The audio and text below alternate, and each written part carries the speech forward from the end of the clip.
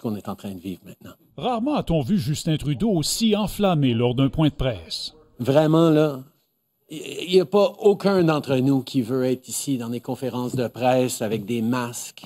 Le premier ministre était questionné sur le non-respect des règles sanitaires, notamment ces 83 étudiants qui ont reçu des contraventions de 1 000 $ chacun pour s'être rassemblés dans une maison qu'ils avaient louée en Outaouais. Il n'y a pas personne qui voulait cette pandémie, mais nous l'avons. Et de ne pas vouloir être dedans, ça ne va pas le faire disparaître plus vite.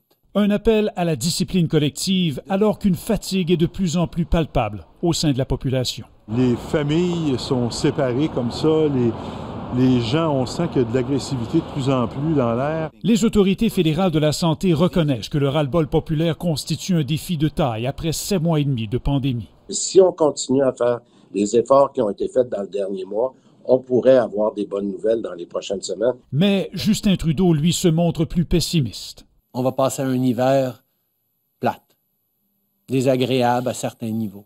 À 2 mois de Noël, il prévient que de nombreux rassemblements familiaux risquent fort d'être annulés.